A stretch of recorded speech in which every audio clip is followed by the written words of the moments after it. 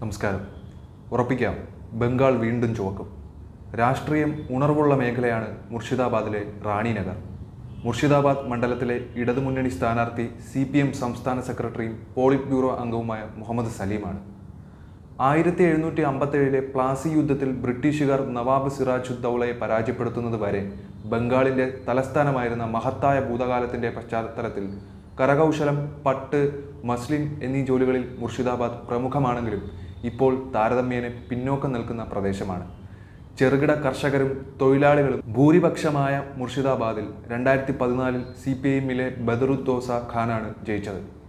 കഴിഞ്ഞ തവണ തൃണമൂലിലെ അബു താഹിർ ഖാൻ ജയിച്ചു. ഇത്തവണയും താഹിർ ഖാനാണ് സ്ഥാനാർത്ഥിയായി മത്സരിക്കുന്നത്. ഗൗരി ശങ്കർ ഘോഷാണ് BJP സ്ഥാനാർത്ഥി. കോൺഗ്രസും ഇടതുമുന്നണി സ്ഥാനാർത്ഥിയെയാണ് പിന്തുണയ്ക്കുന്നത്. ജനസാന്ദ്രതയിൽ മുന്നിൽ നിൽക്കുന്ന മുർഷിദാബാദിൽ 15 ലക്ഷത്തിലധികം വോട്ടർമാരുണ്ട്. 2011 സെൻസസ് പ്രകാരം മുർഷിദാബാദ് ജില്ലയിൽ 66% മുസ്ലിങ്ങളും 33% ഹിന്ദുക്കളുമുണ്ട്. ദേശീയ പ്രസ്ഥാനത്തിൽ അവിസ്മരണീയമായ പങ്കുവഹിച്ച മുർഷിദാബാദ് മതനിരപേക്ഷതയും പോരാട്ട വീറും കാത്തുസൂക്ഷിക്കാനുള്ള തയ്യാറെടുപ്പിലാണ്. മതം നോക്കാതെ തന്നെ ജനങ്ങളിപ്പോൾ പദ്ധതികളെക്കുറിച്ച് ബോധവാന്മാരാണ്. കേന്ദ്രം എന്താണ് നൽകുന്നതെന്നും സംസ്ഥാനം എന്താണ് നൽകുന്നത് എന്നൊക്കെയുള്ള കാര്യം ജനങ്ങൾക്ക് മനസ്സിലായി തുടങ്ങി.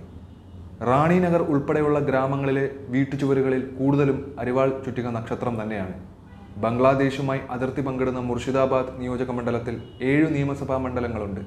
ഇതിൽ മുർഷിദാബാദ് സെഗ്മെന്റ് ഒഴികെയുള്ള മറ്റ് 6 നിയമസഭാ സീറ്റുകളിലും 2021 തിരഞ്ഞെടുപ്പുകളിൽ TMC ആണ് നേടിയത്. വർഷം 2000-ന്റെ തുടക്കത്തിൽ മുർഷിദാബാദ് നിയോജക മണ്ഡലം ഒരു പാർട്ടികളുടെയും ശക്തി കേന്ദ്രമായിരുന്നില്ല. സംസ്ഥാനത്ത് നേരത്തെ ശത്രുക്കളായിരുന്ന കോൺഗ്രസുമായി സഖ്യമുണ്ടാക്കിയ CPM ഈ തെരഞ്ഞെടുപ്പിൽ പശ്ചിമ ബംഗാളിൽ TMCയെയും BJPയുമാണ് നേരിടാൻ പോകുന്നത്.